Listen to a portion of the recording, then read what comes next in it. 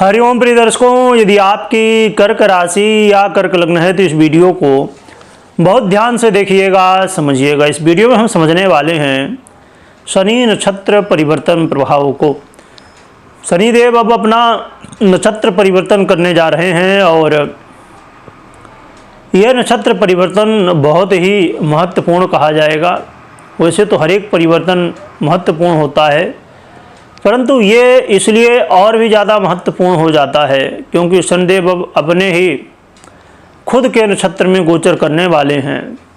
तो क्या कैसा प्रभाव शनिदेव हमें देंगे, इसे हम विस्तार से समझेंगे। परंतु उससे पहले एक मैं महत्वपूर्ण सूचना आपको दे दूं। प्रिय दर्शकों, यदि आप फ्री में जन्म कुंडली विश्लेषण मुझसे करवाना चाहते हैं तो आपको वीडियो के डिस्क्रिप्शन में एक लिंक मिलेगी जो कि टेलीग्राम चैनल की है, और थोड़ा जब आप डिस्क्रिप्शन में नीचे जाएंगे तब ये लिंक आपको मिलेगी। बिल्कुल ऊपर टॉप में नहीं है, थोड़ा नीचे जाएंगे तो मिल जाएगी। और जैसे ही इसे आप क्लिक करेंगे तो आप टेलीग्राम में पहुंच जाएंगे और फिर आप ज्वाइन कर लें चैनल को। और ज्वाइन करने के बाद आपको टेलीग्राम में एक वीडियो मिलेगी जिसमें बताया गया है कि कैसे आप फ्री में जन्म कुंडली विश्लेषण करवा सकते हैं। उसमें जो विधि, जो सिस्टम बताया गया उसी के अनुसार आपको चीज़ें फॉलो करना है, ना तो आपको अन्य स्थितियों में नहीं पड़ना है। रही बात कि जो लोग फेसबुक में देख रहे हैं तो संभवतः उन लोगों को लिंक नहीं मिल पाएगी क्योंकि फेसबुक में ये संभवतः अलाउड नहीं है, जिसकी वजह से आप या तो यूट्यूब चैनल से हमारे जुड़ सकते हैं और वहाँ पर वीडियो के डिस्क्रिप्शन में लिंक मिल जाएगी, या तो आप फिर डायरेक्ट टेलीग्राम में ही जाके, और जिस नाम से ये पेज है फेसबुक में या यूट्यूब में चैनल है, चिंतामणि ज्योतिष समाधान केंद्र, इसी नाम से आपको टेलीग्राम में भी मिल जाएगा ये चैनल। तो आप जुड़ सकते हैं और फ्री कुंडली विश्लेषण का लाभ उठा सकते हैं। और ज़्यादा से ज़्यादा लोगों तक शेयर भी करें जिससे जल्द से जल्द लोग जुड़ सकें और इसका लाभ उठा सकें, क्योंकि ये जो आपको लाभ मिलना है ये बहुत कम समय के लिए रहने वाला है, तो इसीलिए आपको जल्द से जल्द जुड़ना चाहिए। चलिए अब हम बात करते हैं शनिदेव के नक्षत्र परिवर्तन की। तो शनिदेव का ये नक्षत्र परिवर्तन बहुत ही महत्वपूर्ण क्यों हो जाता है, क्योंकि ये 29 मार्च 2025 को पूर्वा भाद्रपद नक्षत्र में गोचर करना, चतुर्थ चरण में गोचर करना प्रारंभ किए थे, परंतु अब ये उत्तरा भाद्रपद नक्षत्र यानी कि अपने ही नक्षत्र में अब ये गोचर करेंगे 28 अप्रैल 2025 से, और 13 जुलाई 2025 तक ये अब अपने ही नक्षत्र में गोचर करेंगे। और देखा जाए तो शनिदेव आपके लिए आपके दाम्पत्य जीवन का आधिपत्य रखते हैं, व्यापार का आधिपत्य रखते हैं, और साथ में आपके ये अष्टमेश भी कहलाते हैं, और वर्तमान में आपके भाग्य भाव में ये गोचर भी कर रहे हैं। तो देखा जाए तो प्रिय दर्शकों, शनिदेव का ये जो गोचर काल है तो ये बड़ा महत्वपूर्ण इसलिए और भी कारण हो जाता है कि बस अब जैसे ही शनिदेव का राशि परिवर्तन हुआ था 29 मार्च को, वैसे ही आपकी जो ये ढैया चल रही थी तो इसका प्रभाव अब खत्म हो चुका है। ये बहुत खुशी की बात है। परंतु ये आपके अष्टमेश बनते हैं, भाग्य भाव में गए हैं, तो कुछ पॉजिटिव चीज़ें भी हैं, कुछ नेगेटिव भी है, क्योंकि शनिदेव के प्रभाव से कहीं ना कहीं आप ये भी देखेंगे कि आपके भाग्य में वृद्धि होने जा रही है। आप अपने जीवन में पहले जो इन 2.5 वर्षों में आपने खूब संघर्ष किया है, चाहे वो आप अपने जीवन में करियर को लेके, आप अपने जीवन में यदि सरकार से जुड़े हुए हैं तो सरकारी क्षेत्र से कोई भी काम आपका रहा, वहाँ समस्याएं आपने देखी, आपने अपने घर परिवार और अपना कौन है पराया कौन है ना, तो ये सब चीज़ें आपने देखी। घर परिवार में कलह का माहौल बना रहा, पैतृक संपत्ति को लेके स्थितियां ठीक नहीं दिखी। साथ में आपने ये भी देखा कि संतान को लेके, क्योंकि जीवन में देखिए हर व्यक्ति, हर माता पिता अपने बच्चे को बहुत प्रेम से, बहुत प्यार के साथ उनको पालते हैं, बड़ा करते हैं। परंतु जब संतान बड़ी हो जाए और सक्षम हो जाए तो कहे कि भैया अब जो है तो आपके लिए जगह नहीं है, आपको वृद्धाश्रम में, या देखा जाए तो बड़ी विचित्र स्थितियां भी और भी देखने को मिलती हैं। कई बार ऐसी स्थितियों को कहना भी मुश्किल हो जाता है। तो ऐसी ऐसी स्थितियां बनती हैं। तो जब ये सब स्थितियां और संतान को लेके आपकी चिंता रही, विद्यार्थियों का मन बहुत ज़्यादा यहाँ वहाँ भटका और पढ़ाई में मेहनत करने के बाद भी वो रिजल्ट ना दिखा, और लोगों ने शेयर मार्केट को लेके भी बहुत उतार चढ़ाव इन 2.5 वर्षों में, पिछले 2.5 वर्षों में देखा। तो देखा जाए तो और भी ऐसे बहुत सारे जीवन में विषय हैं जो कि आपके जीवन में शनिदेव ने प्रभावित किया, आपके अष्टम भाव में। परंतु अब ये भाग्य भाव में जो है तो आ चुके हैं और भाग्य की वृद्धि करेंगे। आपने पहले जो तकलीफ़ें सही हैं और समस्याएं सही हैं, तो अब धीरे धीरे कहा जाए तो उन सब चीज़ों से छुटकारा मिलता हुआ दिखाई देगा। जो कि एक बात ये ध्यान में आप रखिए, ये शनिदेव है और ये आपके अष्टमेश कहलाते हैं, और शनिदेव की दृष्टि का बड़ा प्रभाव होता है। तो अभी भी ये जो भाग्य भाव में आए हैं, तो यदि आपने अपना ये नहीं देखा परिवर्तन, शनि परिवर्तन, तो आपको वीडियो चैनल में ही मिल जाएगी, तो उसे आप देख भी सकते हैं।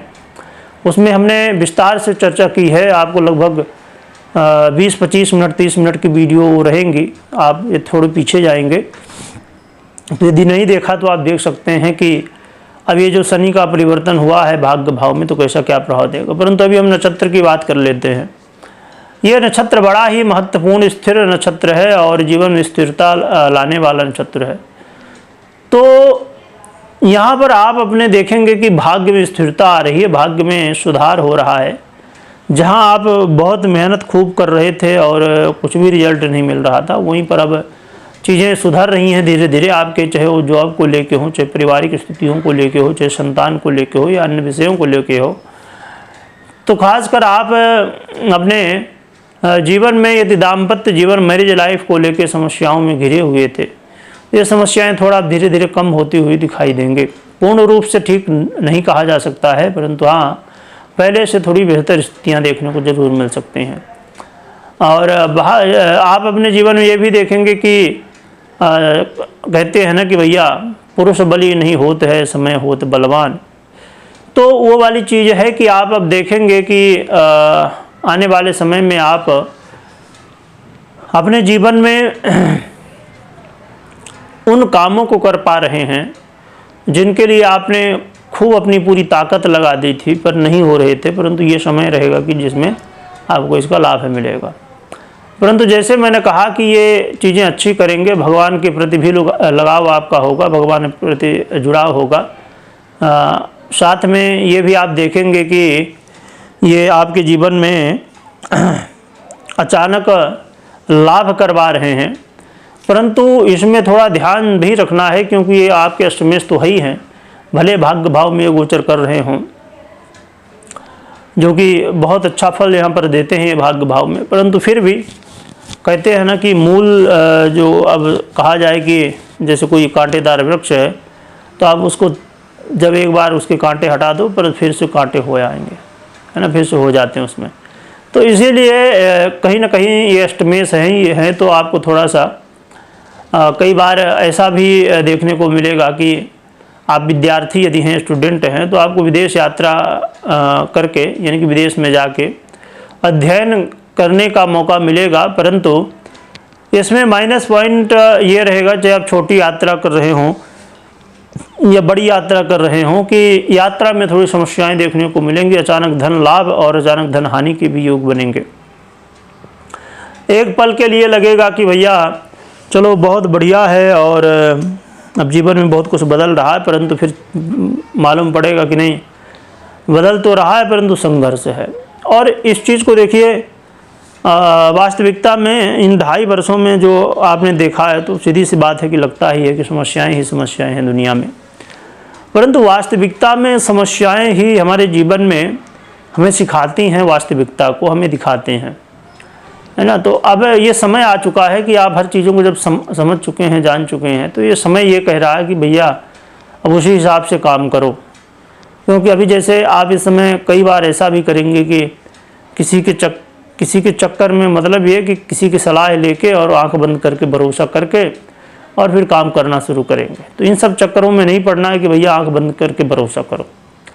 देखिए, भगवान ने हमें सद्बुद्धि दी है तो इसीलिए दी है कि भैया कोई कुछ कह रहा है तो अपनी भी बुद्धि का थोड़ा इस्तेमाल करो। ऐसा नहीं कि जिसने जो कह दिया, तो कहते हैं ना कि ब्लाइंड ट्रस्ट, मतलब ऐसा ट्रस्ट आपका जो कि आपने कभी देखा होगा फिल्म वगैरह में कि जो एक महिला का जो है तो मूर्ति होता है कोर्ट वगैरह में, तो उसके आँख में पट्टी बंधी होती।